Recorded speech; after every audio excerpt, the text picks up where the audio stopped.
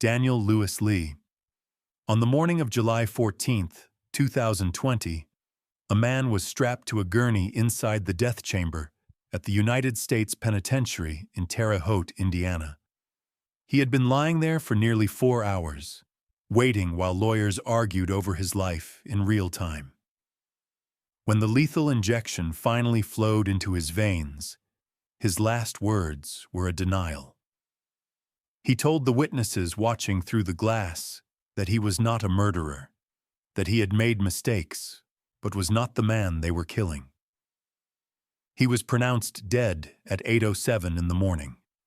He was the first federal prisoner executed in the United States in 17 years. What makes this case impossible to put down is not the crime, and it is not the execution. It is the fact that the victim's own family spent years begging the government not to do it. Daniel Lewis Lee was born in January of 1973 in Yukon, Oklahoma. He grew up with neurological issues, suffered seizures as a child, and spent time in and out of mental health facilities.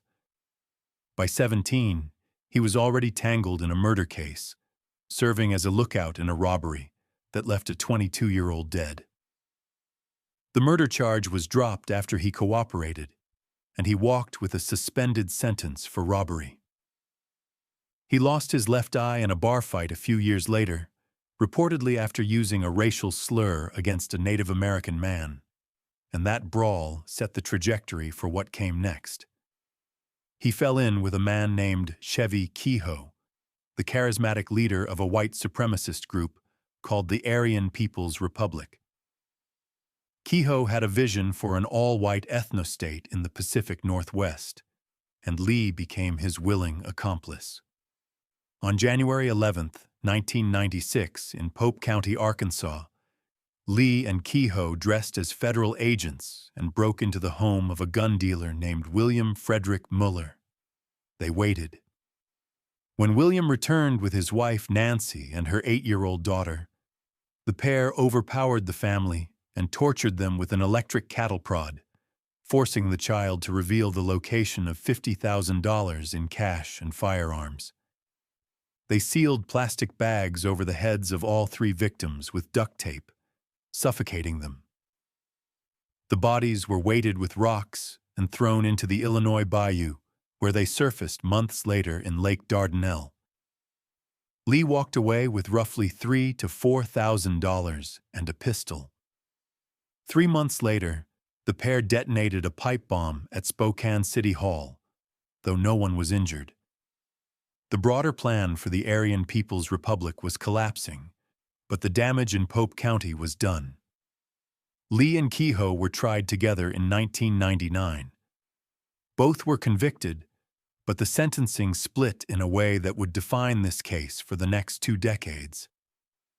Kehoe, the ringleader, the man who, according to his own mother, had personally taken the life of the child, received 3 consecutive life terms. The lead federal prosecutor, recognizing the absurdity of executing the follower while the leader lived, moved to withdraw the death notice against Lee.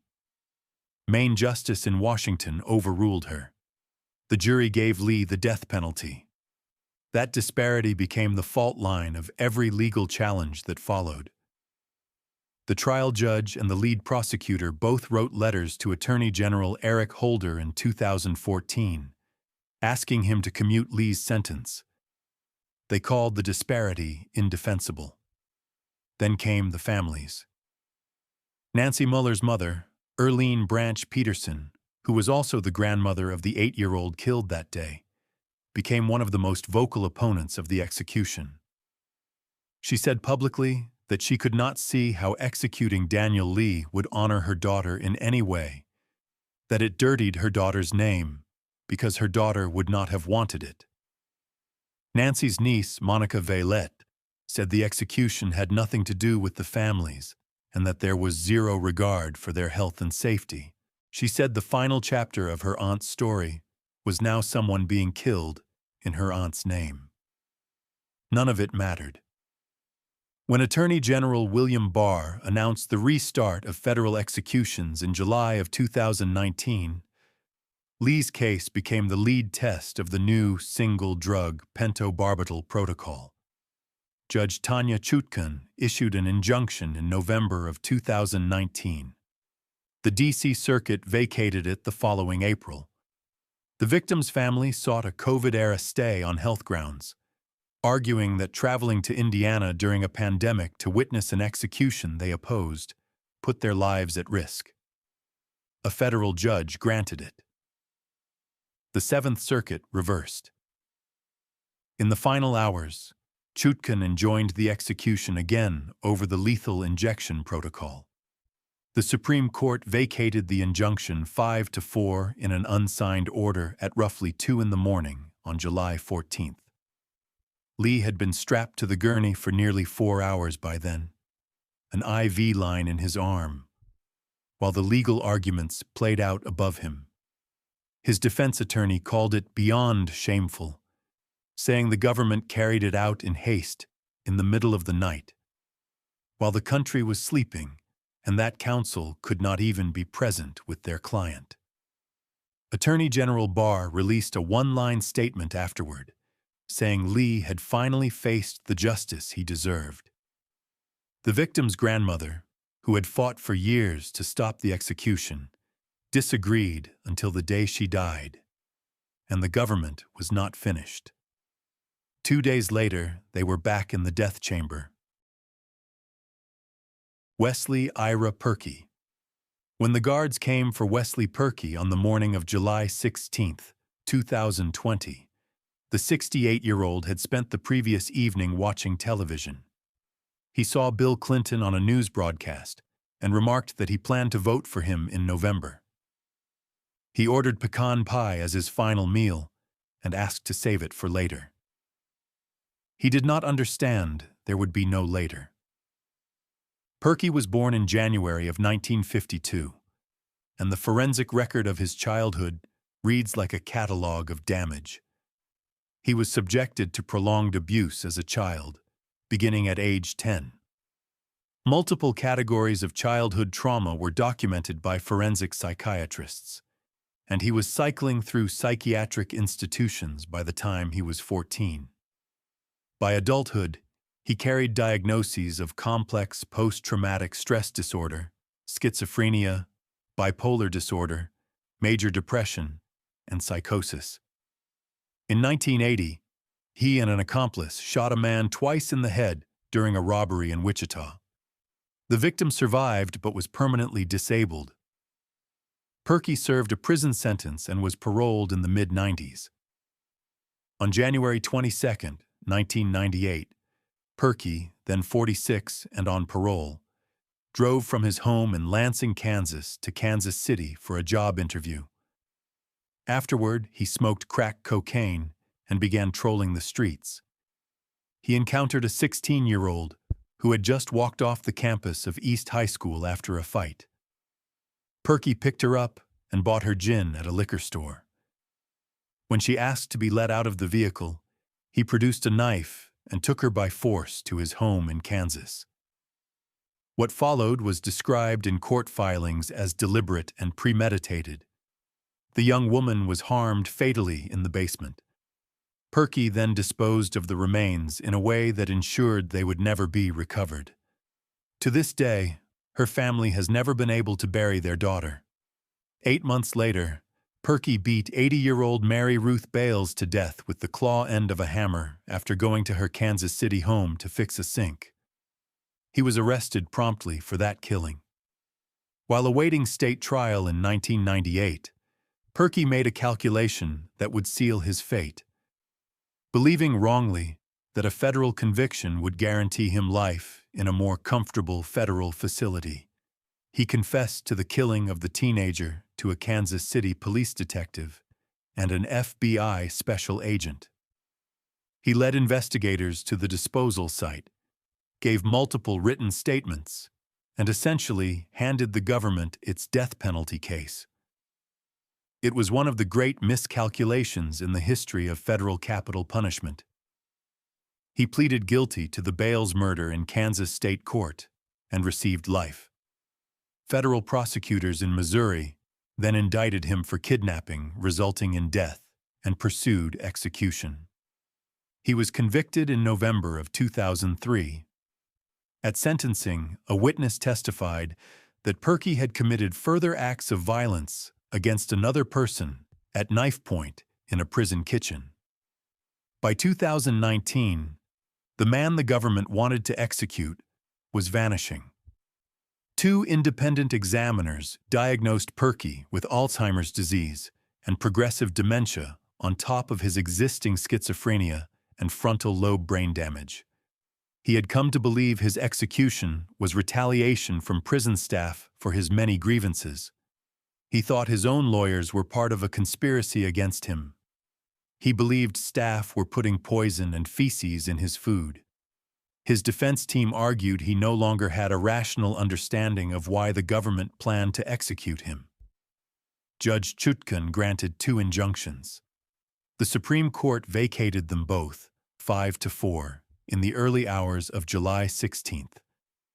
Justice Sonia Sotomayor wrote in dissent that proceeding with Purkey's execution, despite the grave questions about his mental competency, cast a shroud of constitutional doubt over the most irrevocable of injuries. Justice Stephen Breyer wrote separately that the federal government's resumption of executions added to the mounting body of evidence that the death penalty could not be reconciled with American values. The family of Purkey's victim was split. The young woman's father witnessed the execution and said he hoped Purkey would rot in hell, that the man who took his daughter's last breath needed to take his own. The young woman's mother spoke more quietly. She said the system had failed and that she just did not understand. Purkey's final statement was an apology. He said he deeply regretted the pain and suffering he had caused to the family, and that he deeply regretted the pain he caused his own daughter, whom he loved very much. He called the execution a sanitized murder that served no purpose whatsoever. He was pronounced dead at 8:19 in the morning. The witnesses in the viewing room said he appeared to gasp several times as the drug took hold. His autopsy found severe bilateral acute pulmonary edema, meaning fluid had filled his lungs and trachea. In plain terms, his lungs had flooded. That finding would be cited in challenge after challenge as evidence that pentobarbital, the single drug used in every federal execution that summer, did not produce the painless death the government claimed.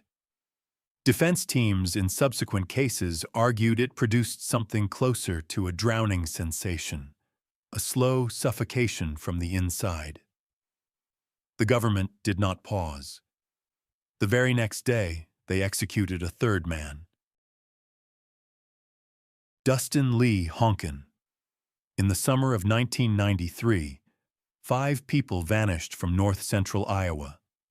A 34-year-old government informant, a 31-year-old mother, her 2 young daughters, ages 10 and 6, and a 32-year-old drug dealer who had been cooperating with investigators. All 5 disappeared within months of each other. Their bodies stayed missing for 7 years. The drug case they were set to testify in collapsed without them, and the man they were going to help convict walked out of the wreckage with a separate 24-year sentence on lesser charges.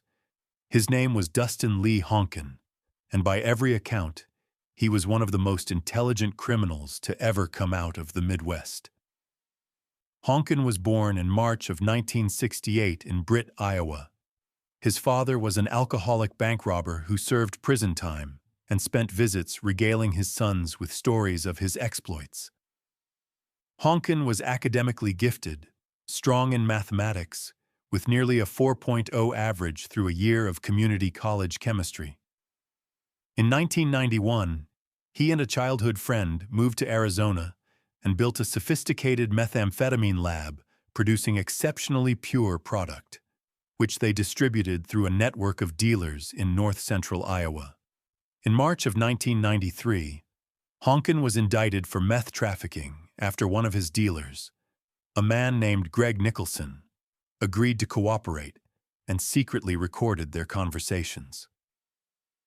Honken signaled he would plead guilty. But days before the July plea hearing, something changed. Honken and his girlfriend, Angela Johnson, tracked Nicholson to a home in Mason City, Iowa, where he was staying with his girlfriend, Lori Duncan, and her 2 young daughters. Using a ruse to gain entry, the pair forced Nicholson at gunpoint to videotape a recantation of his statements. Then they bound and gagged the adults, forced everyone at gunpoint into a vehicle, and drove to a wooded area north of the city. Nicholson and Lori were shot multiple times.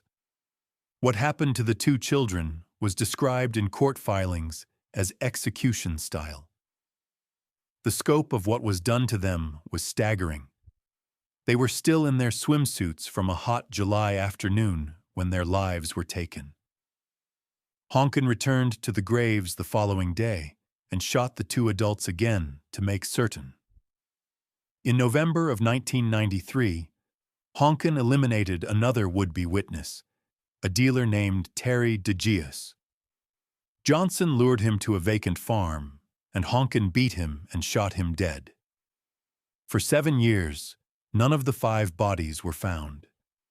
Honken's original drug case fell apart because the witnesses simply could not be located. He was convicted on separate meth charges and sentenced to 24 years. Then, in October of 2000, a jailhouse informant named Robert McNeese, to whom Johnson had drawn maps in exchange for his agreement to take the fall, led investigators to the burial sites. All 5 bodies were recovered from the wooded land north of Mason City. After 7 years underground, the victims finally came home. The trial began in September of 2004 before Judge Mark Bennett, who took the extraordinary step of seating an anonymous jury and requiring Honken to wear a stun belt beneath his clothes throughout the proceedings. The defense described Honken as basically a nerd who had become infatuated with drug manufacturing, a gifted chemist who had been warped by a father who glorified crime. The prosecution laid out the systematic elimination of every witness who could put Honken away and called it exactly what it was. In October of 2004, the jury convicted Honken on 5 counts of continuing criminal enterprise murder. He was sentenced to death the following year. It was the first death sentence imposed by an Iowa jury to be carried out since 1963. Iowa had abolished its state death penalty in 1965, but the federal system had no such restriction. Angela Johnson, the co-defendant, became the first woman sentenced to death by a federal court since the 1950s. Judge Bennett later reduced her sentence to life. Bennett, who was retired by the time of the execution, said publicly that he generally opposed the death penalty. But if anyone deserved it, he said, it was Honken. The family of the 2 young girls issued a statement after the execution. They called it a step toward healing of broken hearts and shattered lives, and they said the 2 girls never had a chance to grow up. Their mother never got to see them have their first dance, their first date, or walk down the aisle at their wedding.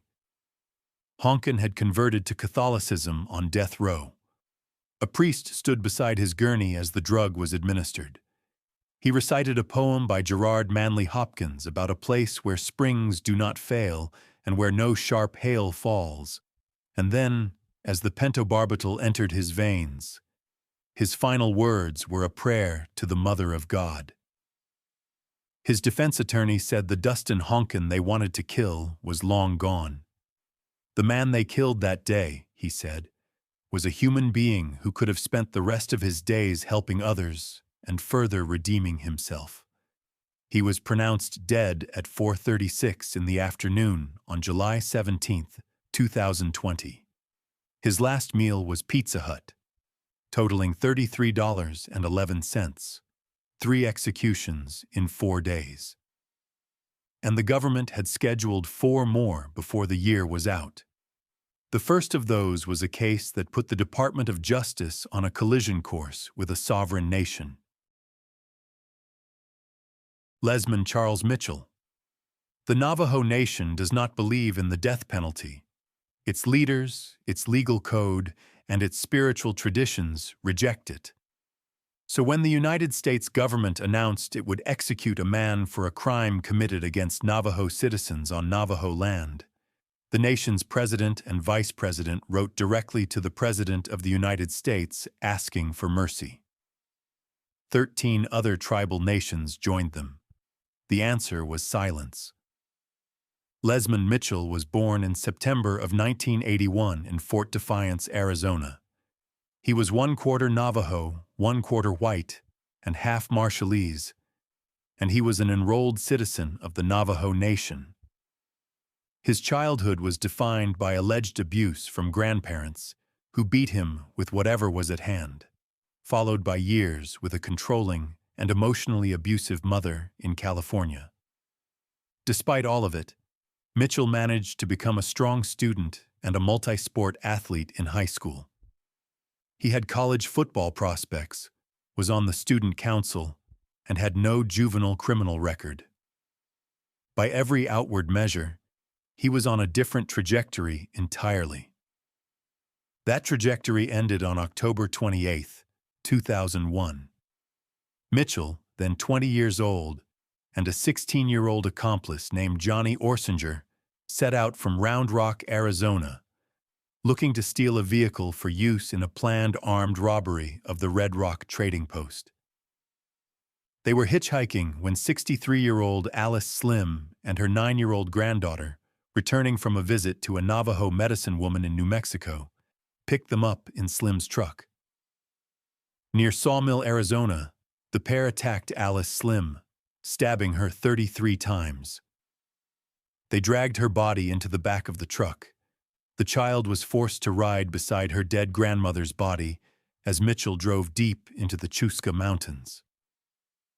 What happened next was described in court filings as deliberate and premeditated.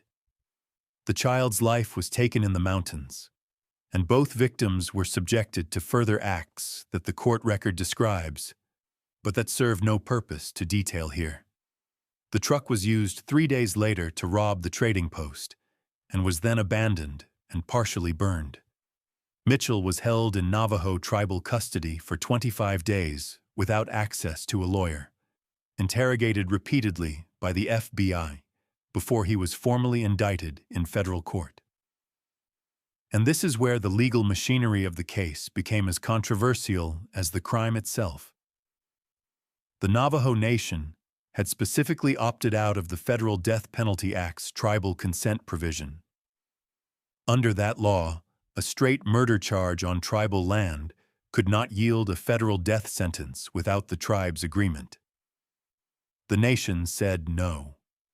Attorney General John Ashcroft overrode the local federal prosecutor's deference to the Navajo position and pursued the death penalty under a different statute, the federal carjacking law, which carries a death-eligible provision and requires no tribal consent. In other words, the government reframed a murder on tribal land as a carjacking to get around the tribe's sovereign decision. The legal maneuver worked. The moral question never went away.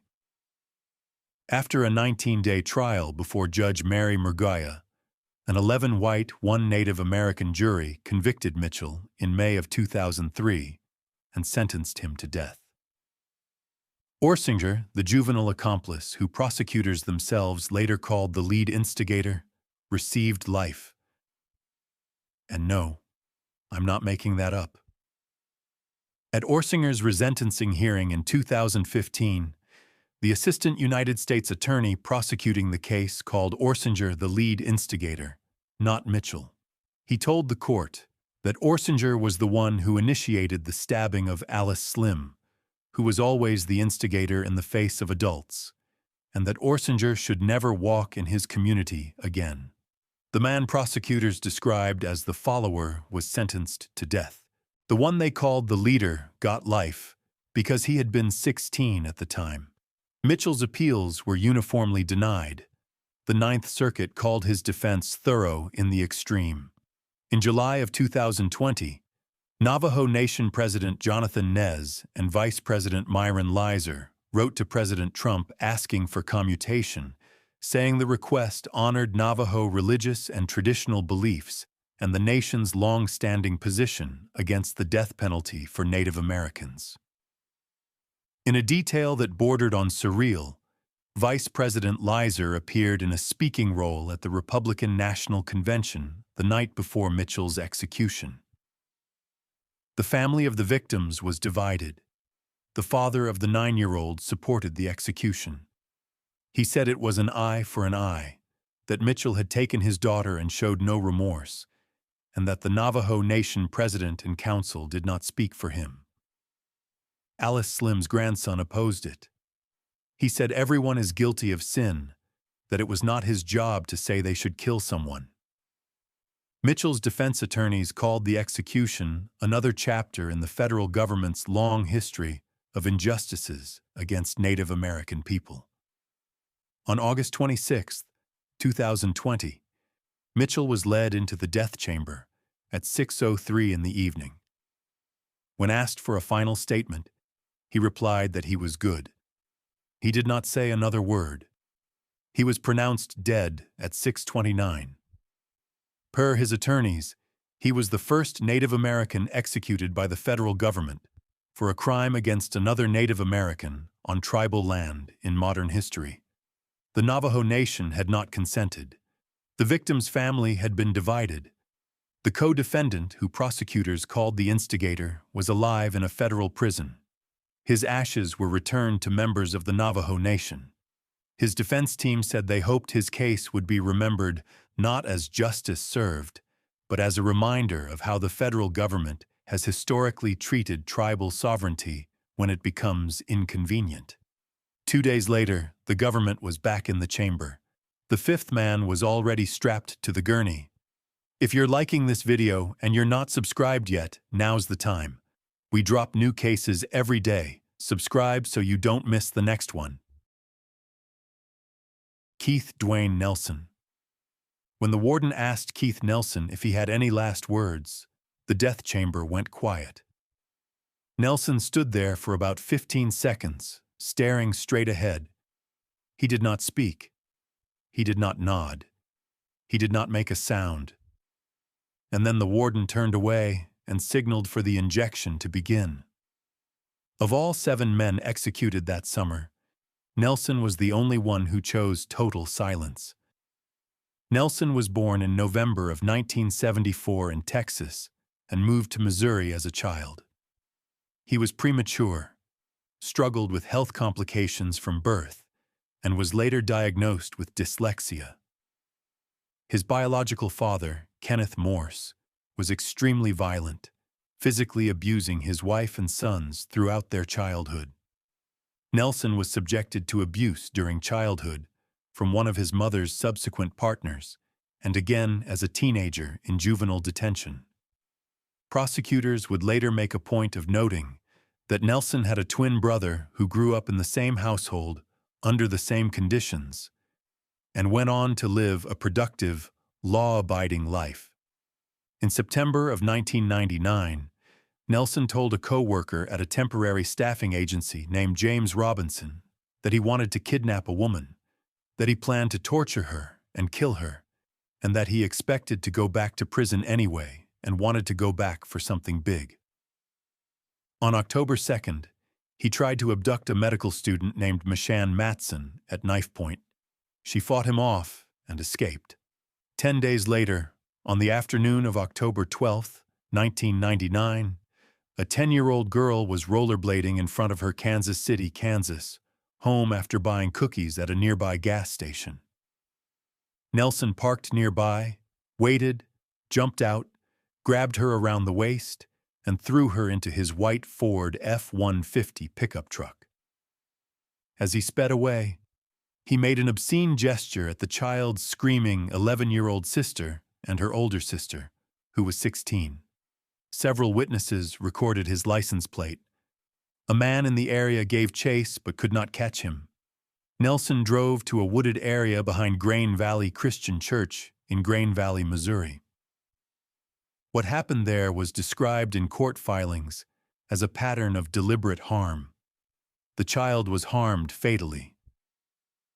Nelson was caught the next day. When a responding officer found him, Nelson told the officer he knew where she was, but was not going to say right now. Her body was found behind the church the following day, and a live press conference was broadcast from the discovery site. Nelson pleaded guilty in the Western District of Missouri in October of 2001 to interstate kidnapping resulting in death. At the penalty phase the following month, 6 victim impact witnesses testified, including the child's sisters, her mother, and her teacher. The defense centered its mitigation on Nelson's brain damage, dyslexia, childhood abuse, and family dysfunction. Prosecutors countered with Nelson's twin brother, who had endured the same upbringing without becoming a killer, and with inmate informants who testified that Nelson had described detailed kidnap and torture fantasies, including building a padded soundproof cell. A government expert testified the crime showed no impulsivity, only premeditation. The jury deliberated for about 2 hours and unanimously recommended death. The judge imposed the sentence in March of 2002. At sentencing, Nelson showed no remorse. Instead, he launched into a profanity-laden tirade directed at the court and the victim's family. His mother, Cherry West, attended the execution and said afterward that she felt at peace and that her daughter was now at rest. She said she had not expected Nelson to say anything because he had never shown remorse. His defense attorneys said the execution did not make the world a safer place, and that over the years they had come to know Nelson as someone different from the person who committed the crime. They said they had seen his humanity, his compassion, and his sense of humor. Before he was led to the chamber, Nelson reportedly vomited violently. Then he turned to 2 fellow death row inmates, Christopher Vialva and William LeCroy, and said his goodbyes. He was pronounced dead at 4:32 in the afternoon on August 28, 2020. In a detail that almost defies belief, the child's older sister, who had watched the kidnapping from the street at age 16 and later testified at Nelson's penalty hearing, was herself shot and killed in April of 2017 by a former boyfriend. She was the second member of that family to die by violence. She was 34 years old. Nelson had said goodbye to LeCroy and Vialva on his way to the chamber, and both men knew their time was coming. LeCroy was next.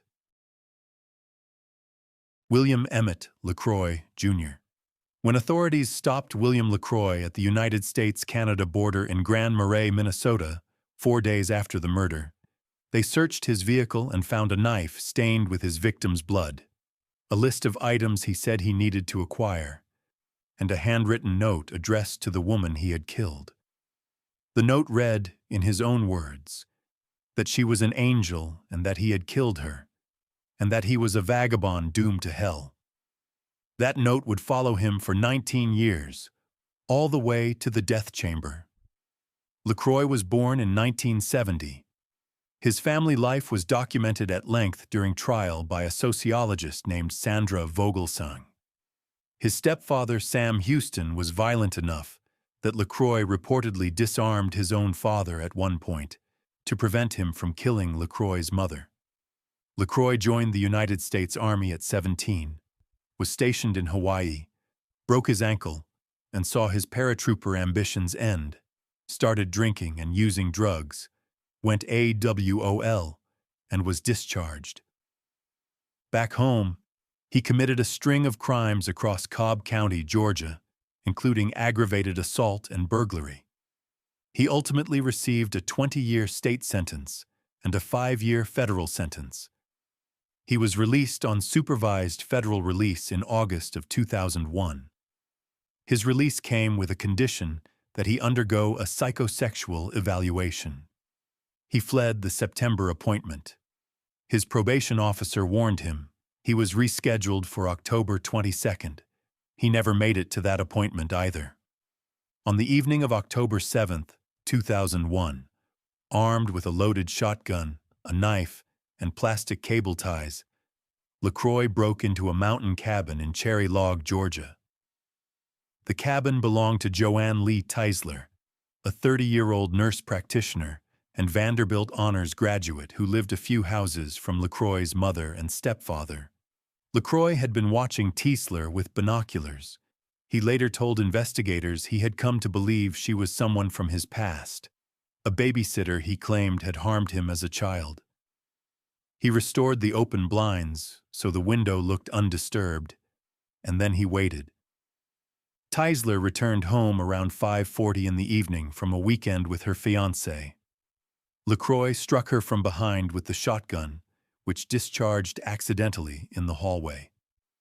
He bound her hands with cable wire and attacked her. According to the Department of Justice's own recitation, he strangled her with an electrical cord, slashed her throat with a knife, and stabbed her in the back 5 times. He stole her pistol and her 1996 black Ford Explorer. A co-worker found her dead the next morning. LeCroy was stopped at the Canadian border on October 11th after Border Patrol matched the plate on the Explorer. In his vehicle was the note, the blood-stained knife, and the list. LeCroy was indicted in the Northern District of Georgia for carjacking resulting in death. His attorneys conceded the killing, but argued it should have been a state prosecution, not a federal capital case. He was convicted in March of 2004 and sentenced to death. Joanne Teisler's father said at the execution that justice had finally been served, that LeCroy died a peaceful death in stark contrast to the horror he imposed on his daughter, and that he regretted it had taken 19 years to reach that point. He said he was unaware that LeCroy had ever shown any remorse. Joanne's mother built an outdoor classroom and memorial garden at Bowie Nature Park in her daughter's honor. LeCroy's defense team filed a clemency petition to President Trump that raised a detail unique among all 7 cases. LeCroy's brother, Chad LeCroy, was a Georgia state trooper who was killed during a traffic stop in 2010 by a man named Gregory Favors. Favors pleaded guilty and received life. The defense argued that the pain of potentially losing 2 sons, one to murder and one to execution, was unimaginable, and that the wildly disparate use of the federal death penalty was a compelling reason for mercy. There was no response from the White House. LeCroy first requested Kentucky Fried Chicken as his last meal, but was denied because of the security risk posed by chicken bones. He was given Pizza Hut instead. His spiritual advisor, Sister Barbara Batista, said he had been resigned in his final days and that his handwritten final statement was lengthy and reflective. She said he had been trying to give them a glimpse into his coming to terms with how awful his actions were. Strapped to a cross-shaped gurney with IVs in his forearms and hands, LeCroy was asked for his last words. He said calmly that Sister Batista was about to receive his last statement in the Postal Service. His 2-page handwritten letter, read publicly after the execution, referenced the poets W.H. Auden and Dante, and quoted Queen Elizabeth I. He was pronounced dead at 9:06 in the evening on September 22, 2020. The execution had started nearly 3 hours late after the final Supreme Court denial came through. He was the 6th federal inmate executed in 2020. The 7th and the last of that year was 2 days away, and his case carried a weight the other 6 did not. Christopher Andre Vialva. From the trunk of a stolen car, a husband and wife sang hymns and prayed for the men who had just kidnapped them. They told their captors that Jesus loved them. When the trunk was finally opened, the wife looked up at the man holding the gun and said those words one more time. He shot her in the head. He shot her husband next. And then someone set the car on fire. The wife was still alive when the flames reached her. 21 years later, the man who pulled the trigger walked into the death chamber wearing a yarmulke and a prayer shawl, and said his final words were for the family of the people he killed. Christopher Vialva was born in May of 1980 in Killeen, Texas. His mother, Lisa Brown, was a white Air Force enlistee. His father was a black Trinidadian soldier who abused his wife and son before being court-martialed. Brown's family, which had a military background and reportedly held white supremacist views, disowned her for marrying a black man, leaving her and Christopher isolated. Every relationship Brown entered after that was with white men who were abusive and who rejected Vialva, fueling a severe racial identity crisis that defense experts would later describe in detail. Vialva attended Ellison High School in Killeen, where he played football and got in trouble for disruption, but was never described as violent. On June 21, 1999, 26-year-old Todd Bagley and his 28-year-old wife Stacy stopped at a convenience store in Killeen. Todd was a youth minister from Ottumwa, Iowa, who worked at an athletic club in Pella.